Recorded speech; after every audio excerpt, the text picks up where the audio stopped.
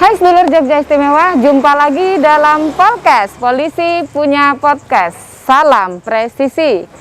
Lama sudah kita tidak jumpa, kali ini kita akan berbincang dengan sosok yang luar biasa, di mana dengan pekerjaan yang sangat luar biasa banyaknya, masih bisa mengatur waktu dengan memanfaatkan waktu sebaik mungkin membuka sebuah usaha. Beliau adalah seorang Babin Kamtibmas. Tahu sendiri pekerjaan Babin Kamtibmas abrek-abrek yang berurusan dengan masyarakat. Itu pun masih bisa membuat sebuah usaha yang bisa menjadi pemasukan untuk keluarganya. Siapa beliau? Beliau adalah Aibda Irawan Adi Susanto. Assalamualaikum Pak Irawan. Waalaikumsalam Ibu. Kami dari Bithumas Polda Daerah Istimewa Yogyakarta. Ya, terima kasih untuk kedatangannya. Ini lagi giat apa ini? Ini kebetulan kami mengecek sebelum nantinya dirangkai menjadi sebuah furniture. Oh gitu. Ya, karena furniturnya ini posisinya custom, jadi kita harus menyesuaikan lokasi yang ada. Oh, gitu. Seperti itu. Boleh minta waktunya untuk bincang-bincang dikit, pengen tahu gimana sih caranya mengatur waktu sampai bisa mengatur waktu kerja dan waktu dinas tanpa saling mengganggu. Siap, makasih, monggo. Oke.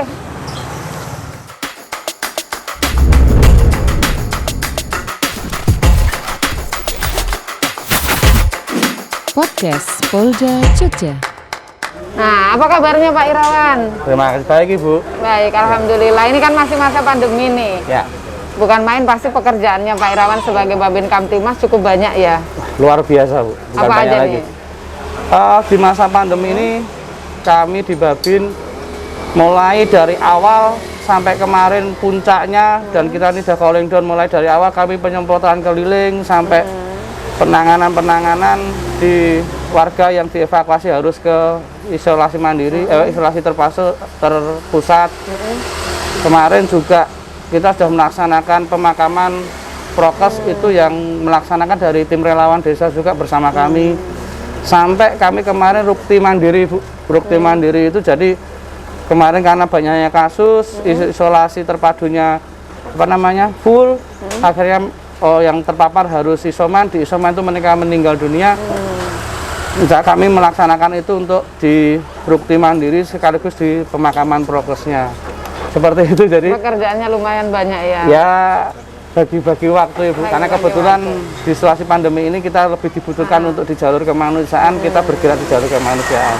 Iya, ya, betul. Memang kita udah diberi tanggung jawab kemasyarakatan ya, semua urusan masyarakat ya jadi tanggung jawab. Nah, Betul. yang menarik di sini sudah repot seperti itu, maksudnya sudah banyak pekerjaan seperti itu, masih juga bisa mengelola sebuah usaha. Itu yang menarik buat kami. Tapi sebelumnya kami pengen kenalan lebih dekat dulu dengan Pak Irawan nih. Pak Irawan ini asalnya dari mana? Kalau asal saya dari Semarang, Ibu. Dari Semarang. Ya, dari kecil di Semarang. Terus daftar dari Polda Jateng, Bu. Kebetulan dulu masih Jogja, belum transisi dari Polwil ke Polda. Kami pendidikan di SPN Banyu Biru tahun 2000. 2001 kami penempatan di Jogja, Ibu. Jadi setelah pendidikan langsung penempatannya Jogja ya? Ya, siap. Langsung penempatan di Satker mana itu? Dulu saya di Samapta Polda 3 tahun setengah. 3 tahun setengah, terus bergeser ke Opfit. Opfit geser lagi ke Polsek Banguntapan. Banguntapan. Ya. Itu udah jadi Babin belum? Belum. Belum. Awalnya kami di Opfit terus di Polsek itu kami di Intel dulu, Bu. Pindah di penjagaan sebentar, geser ke Intel, akhirnya dipercayakan, diberikan amanah untuk menjadi Babin desa sini. Oh gitu. Tapi sebelum kita lanjutkan pembicaraan kita nih, supaya lebih kenal, khususnya masyarakat di sana pengen tahu siapa sih Babin Kamtibmasnya di Kalurahan Batu Retno. Dan sampai ini bukan Pak Babinnya gitu ya. Berkenan untuk buka sebentar sambil menyapa. Oke. Nah ini keren juga ya, semoga dipakai lagi karena masih masa pandemi, kita masih patuhi protokol kesehatan meskipun sudah vaksinasi di mana-mana, tapi pakai masker tetap wajib. Nah, ini tadi kisahnya kan panjang banget perjalanannya. Ternyata asli Semarang, pendidikan di Banyu Biru, kemudian penempatan di Jogja, jadi di Sabara, kemudian di Intel, dan terakhir jadi Babin Kamtibmas. Tepatnya tahun berapa untuk jadi Babin Kamtibmas? Kami diberikan amanah jadi Babin tahun 2011. 2011. Nah, Tapi tadi saya dengar-dengar katanya usaha ini justru dari tahun 2007. Ini kisahnya gimana? Awalnya kami merintis usaha ini juga bukan tiba-tiba saya main di furniture itu bukan. Jadi awalnya kami dulu mainnya spray bed cover bedsheet. Karena kami juga buka toko di Seturan dari tahun 2004 itu. Berawal dari situ saya mengenal wallpaper, mengenal korden, geser lagi ketemu teman-teman yang mainannya pakai furniture seperti ini.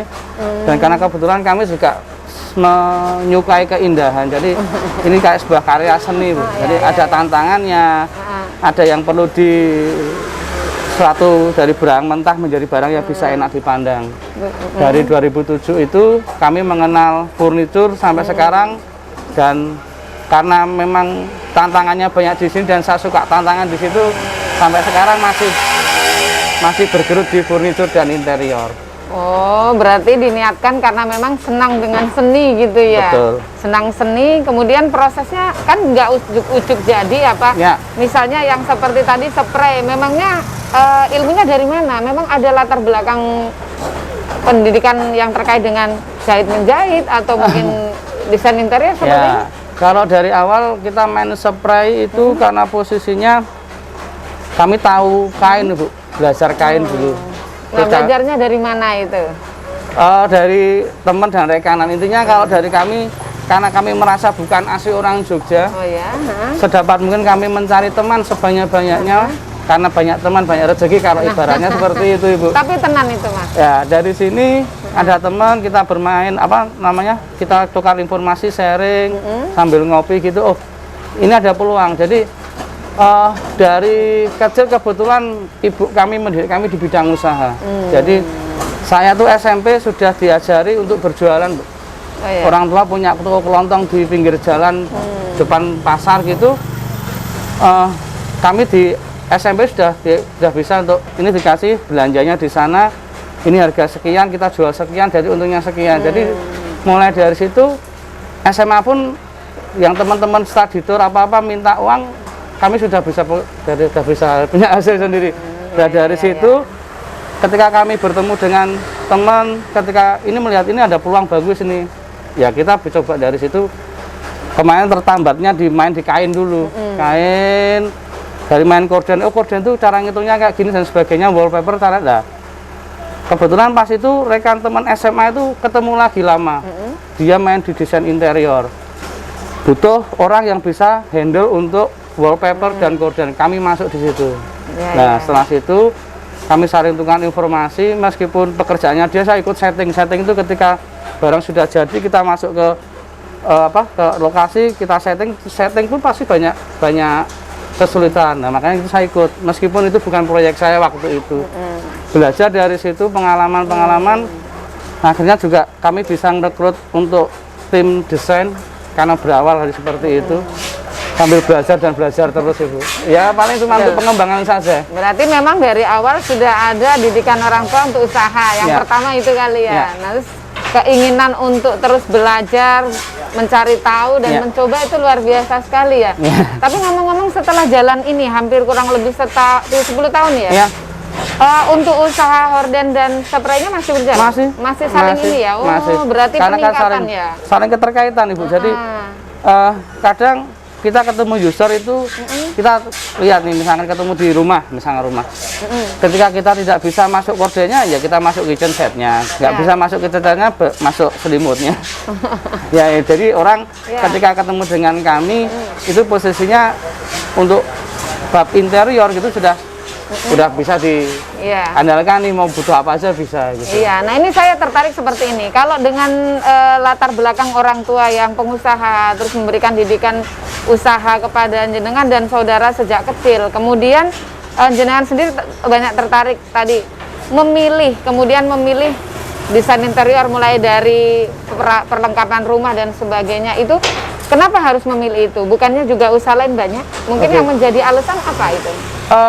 Satu, desain interior karena berkembang, desain interior itu berkembang terus. Jadi mulai dari tren yang pakai kayu solid, tren bergeser lagi, tren lagi, itu kan berkembang. Dan kebutuhan interior kan selama ada rumah, di situ desain interior bermain.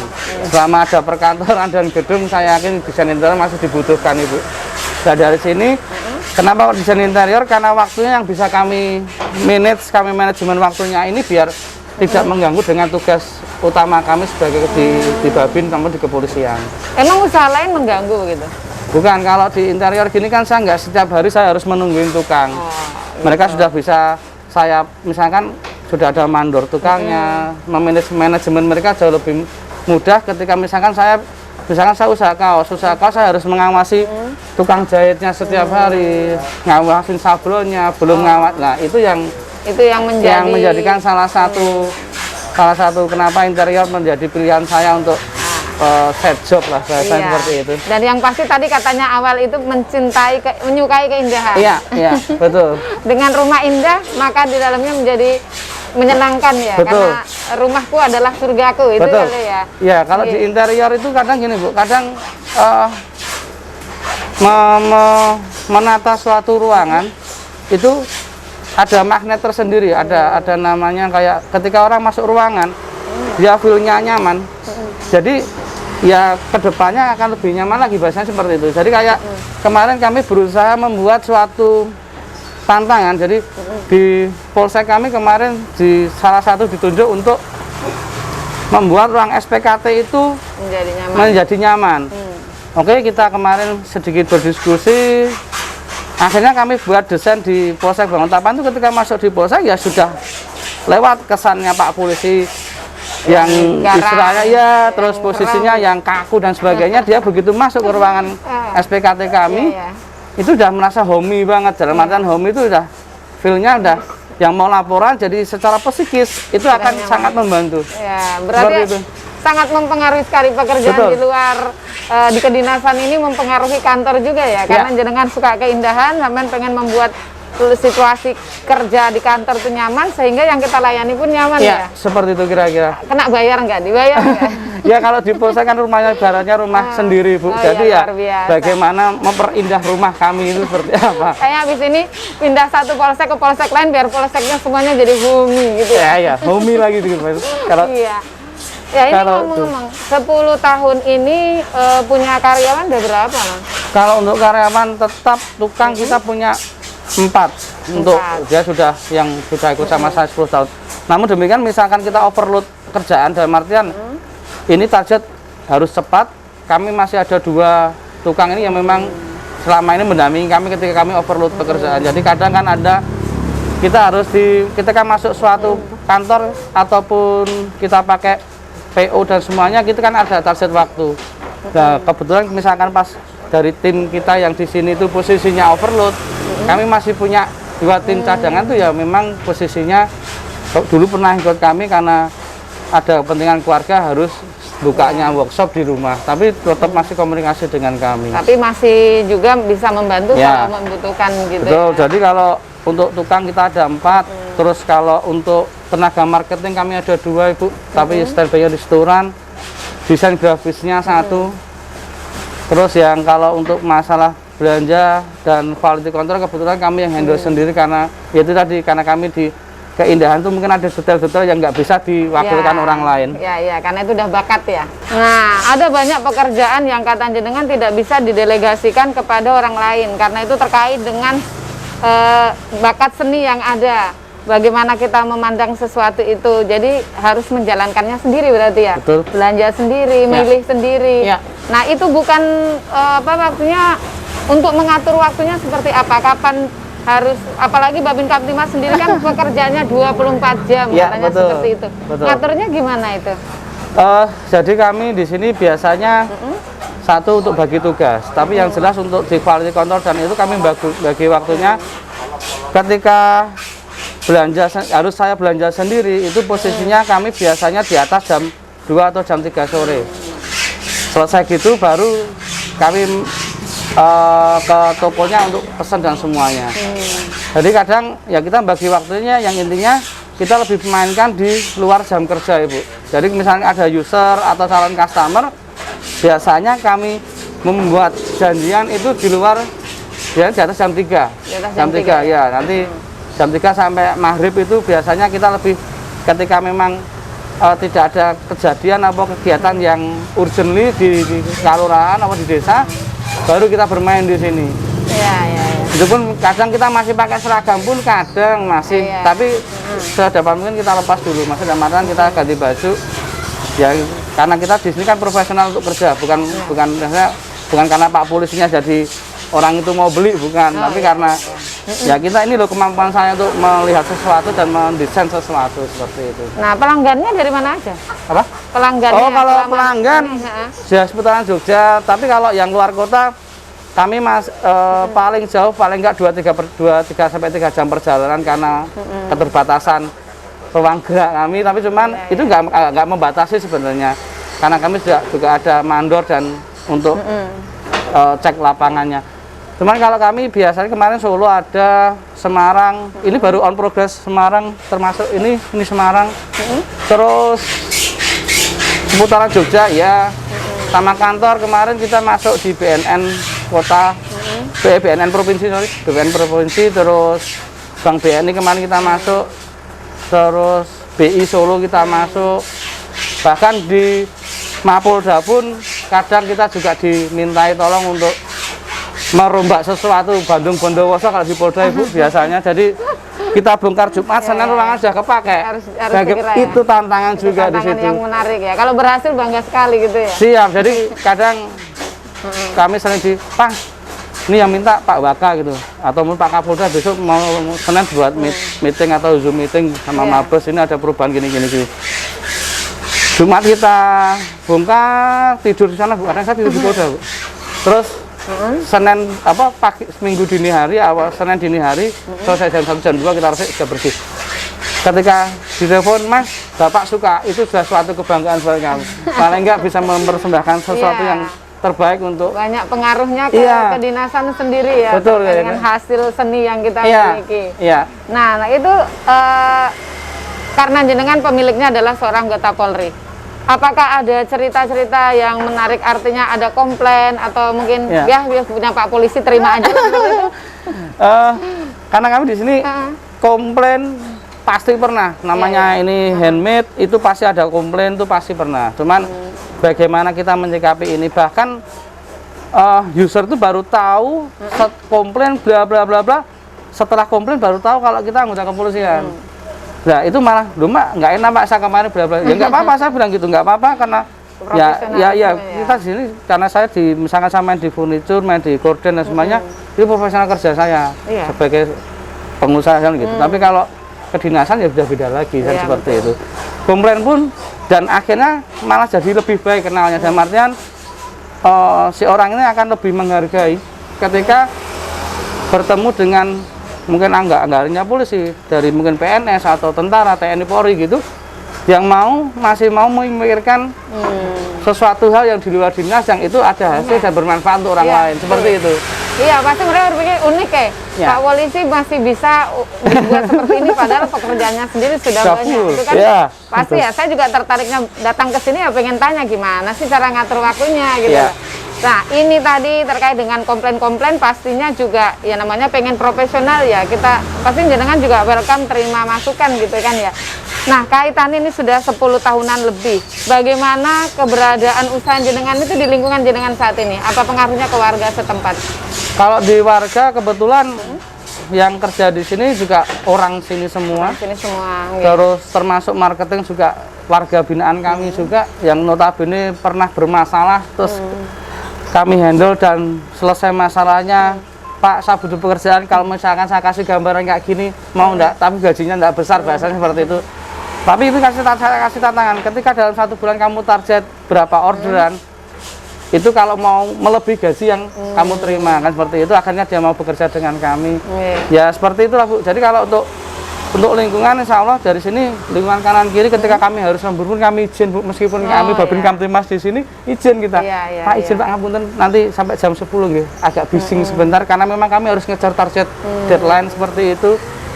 Terus kalau yang sebenarnya yang paling komplain adalah anak saya Ibu. Kenapa Pak bisa? Katanya Papa kerja terus katanya. Ya tapi nggak apa-apa, itu bagian dari konsekuensi. Kadang kalau seperti itu ya udah nanti pas hari Minggu kita fikirkan. Misalkan ya kita ganti yang biasanya kan kadang malam jarang di rumah juga Bu Iya, kami. iya. Jadi kalau pas habis jam 7 jam 8 gitu, kami untuk membagi waktu di rumah. Kalau saya di keluarga saya tak utamakan quality time itu dari jam setengah 6 sore sampai jam 8, jadi nggak ada pergerakan di situ. Paling gampang nyari saya jam segitu di rumah masih. Jadi karena memang saya kecuali ada urgent dan mungkin ada panggilan rapat dan semuanya. Tapi kalau selama ini kan rapat jam 8 Bu. Kalau dari jam itu kami upayakan untuk bisa berkumpul dengan keluarga, ya nggak sebatas cuma makan bareng atau apa, ya paling nggak itu untuk quality time kami ketika di keluarga. Tapi kadang kan kalau pas ada kerjaan gini, habis maghrib makan, habis sisa jam 7 itu sudah saya cabut lagi untuk handle itu. Pas itu mesti ada komplain komplain putra saya, jadi papa kerja terus katanya. Ya makanya ya ini yang bisa, karena bagi waktunya memang harus seperti itu. Iya. Ada satu dua yang dikorbankan, tapi ya tetap masih bisa ada itunya, Iya. masih ada gantinya lah bahasanya. Oke. Lah jenengan sendiri kan di wilayah Kalurahan Baturaden ini kan Babin di sini dan Ya. tinggalnya di sini ya. Ya. Pastinya jenengan tahu di wilayah sini atau lingkungan sini juga ada beberapa usaha-usaha yang terkait dengan usaha jenengan. Ya. Bagaimana jenengan mengikut sertakan atau bermitra dengan mereka? Ya, jadi kami karena bermain di interior tuh saya punya impian, saya punya visi. Jadi bagaimana membuat orang ketika ketemu dengan kami itu kebutuhan interior bisa tercukupi semuanya, bahasanya seperti itu. Nah, kebetulan kami pas muter di wilayah sini main Sambang, ketika Sambang ketemu ada yang pengrajin sofa Ibu, mulai dari nol sampai sekarang beliau punya gudang besar di depan kita ini. Posisinya kan karena awal kita belajar bareng nih. Jadi kita tahu nih kainnya apa, kain sofa lebar berapa, pakai kebutuhan berapa meter, nanti rangka kayu kita mau pakai kayu apa, mau yang bagus atau menengah atau yang paling low dengan low budget. Itu akhirnya kita belajar bareng dan bermain bareng di situ. Kayak kemarin contoh gipsum, pekerjaan gipsum itu kayaknya cuma plafon Bu, tapi plafon itu nanti akan mendukung ke depan untuk interior, ke belakang, ke bawahnya. Kalau atasnya sudah bentuk dulu, orang pasti begitu masuk, mereka akan melihat ke atas dulu.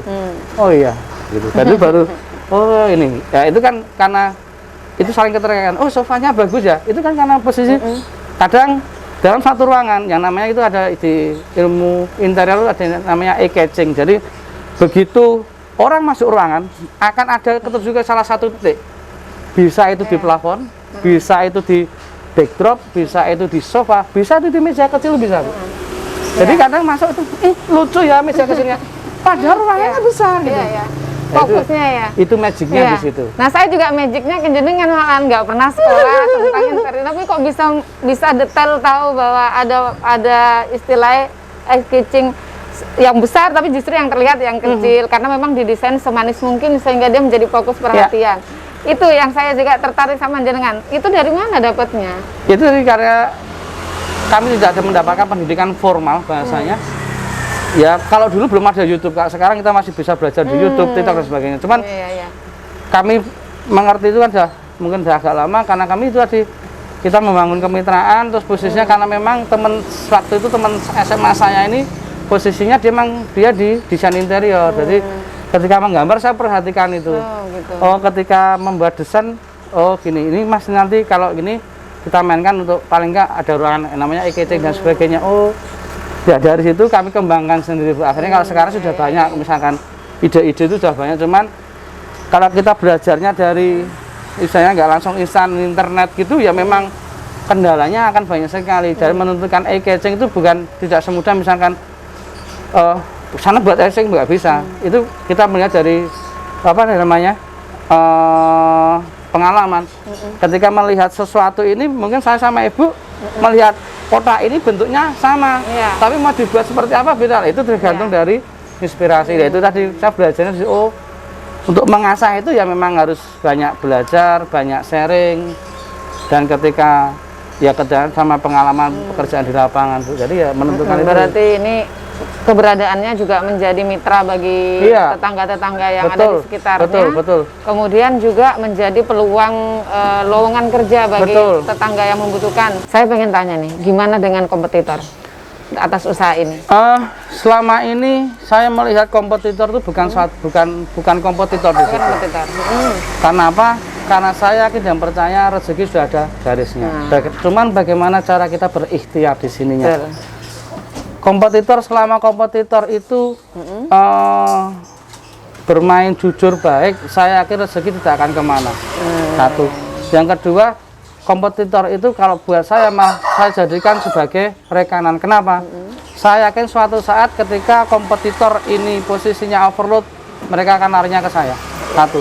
Yang kedua, ketika saya memandang kompetitor itu saingan, mereka tidak akan bermitra dengan saya. Dan itu kalau menurut pandangan saya, ketika mereka sudah tidak mau berteman, dan itulah salah satu memantingkan dari rezeki saya. Jadi saya melihat kompetitor itu bukan sebuah kompetitor, tapi melihat mereka sebagai rekanan. Satu. Yang kedua, kalau kompetitor memang banyak, pasti seperti itu. Tapi di prinsip saya, kami tidak ada yang namanya kompetitor untuk saling menjatuhkan. Seperti itu. Jadi kalau memang ada kompetitor, kita maju dalam satu proyek, misalkan kalau memang yang di ACC ya silakan.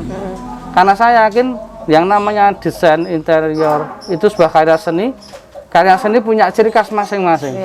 Dan itu saya yakin posisinya pasti kalau memang posisi kapasitas kita memang menguasai itu, dan nggak akan rezeki nggak akan kemana. Jadi kompetitor ya baik, banyak sekarang yang bermunculan. Cuman yang nggak bisa dipilih adalah ide. Ide muncul itu ya karena setelah belajar, karena pengalaman, dan mungkin karena dari teman-teman yang lain. Jadi ceritanya dalam kamus bisnisnya jenengan tidak ada kompetitor, yang ada adalah mitra bisnis, ya kan? Karena rezeki sudah diatur oleh Gusti Allah. Itu lebih keren banget daripada kita mikir ini nanti jadi nggak fokus pada usaha ini, tetapi mikirkan gimana ke kompetitor. Iya, malah kata orang jangan lihat spion, Bu. Iya. Kalau kompetitor kan otomatis lihat kanan kiri, samping kanan kiri, ngapa harus lihat kan? Udah lurus aja. Udah nanti pasti ada rezeki. Perkara yang lain berpikir begitu, kita tetap berpikir lain. Itu setuju saya seperti itu, Pak Irawan. Nah, ini tadi saya baru ingatkan, katanya keluarga itu menjadi pendukung paling ini bagi usaha kita. Tetapi si kecil tadi juga sempat komplain waktu, tetapi sudah diinah. Bagaimana dengan keluarga yang lainnya atas usaha ini? Keluarga yang lainnya untuk istri, kami karena istri juga basically dari dulu marketing, makanya istri saya Gus marketing. Jadi kalau istri dukung. Jadi kadang kalau saya nggak tidur di rumah karena setting, karena harus mengerjakan pekerjaan di luar rumah, dan saya mungkin pulangnya jam 3 pagi, jam 4 pagi pun ya nggak komplain, karena dari awal kita sudah tahu cara kerjanya, cara mainnya, dan hasilnya kayak apa. Jadi seperti itu. Kalau keluarga yang lain, misalkan dari orang tua ataupun adik, kadang melihat, Mas, aku kira ini kapan gitu. Saya istirahatnya kapan ya? Saya bilang selama saya masih mampu, terus saya lakukan. Dalam artian kesempatan itu tidak datang 2 kali. Saya pikirnya seperti itu, karena saya masih dikasih kesempatan oleh Tuhan, bahasanya diberikan tim yang kuat, marketing yang bagus, terus istilahnya ide-ide yang brilian, bahasanya seperti itu. Karena setiap itu kan punya sentuhan masing-masing. Itu selama itu kami masih mampu dan mau, akan kami lakukan. Iya, luar biasa sekali. Jadi keluarga mengerti gitu kan. Paham sekali. Ya, ini kalau ngomongin tentang usaha Pak Irawan ini bisa-bisa kita tidak cukup waktu sehari. Sangat menarik, banyak sekali kisah yang menarik. Nah, sebelumnya saya pengen minta jenengan memberikan apa yang bisa sih yang menjadi motivasi buat rekan-rekan, khususnya rekan-rekan polisi yang kiranya pengen berbisnis, harus seperti apa langkah yang pertama mereka ambil dalam usaha itu? Kalau bagaimana seorang anggota Polri memulai satu bisnis, banyak dari teman saya tuh gini, Mas, aku pengen usaha ini, tapi aku raiso. Di kampus saya tidak ada yang tidak bisa. Itu satu kunci. Kuncinya tidak ada yang tidak bisa. Karena semua bisa dipelajari, Ibu. Saya nggak punya bakat dagang, Mas, nonsen. Kalau kamu tahu hasilnya, kamu pasti mau belajar. Karena apa sih? Ini nih, harga sekian dijual sekian, kamu dalam 1 hari laku sekian. Pasti kamu mau berusaha karena ada hasil di situ. Karena itu mindsetnya harus dirubah dulu. Saya bukan dari keluarga pengusaha, salah. Saya bukan dari mungkin punya modal besar, salah. Kalau orang kita teman-teman ini mau usaha, ya usaha saja. Nggak harus punya modal. Banyak cara. Semakin kita punya teman banyak, kemitraan banyak, nggak harus punya modal dulu kok. Itu saya pernah baca di salah satu buku, ketika orang mau usaha besok kalau punya modal ya kapan jalannya? Iya. Ya itu ya memang benar. Karena usaha ya sudah jalanin aja. Kalau feelnya misalkan karena kemitraan ini, teman ini kita bisa cerita posisinya, oh ini ada potensi yang bisa dimainkan, ambil peluang itu. Jadi satu, tidak ada kata bisa. Yang kedua, cepat ambil peluang. Dalam artian peluang itu kan melihat itu peluang, kita cuma dibekali lah bagaimana logika bermain. Ya. Ketika itu peluang ambil. Kalau usaha itu posisinya,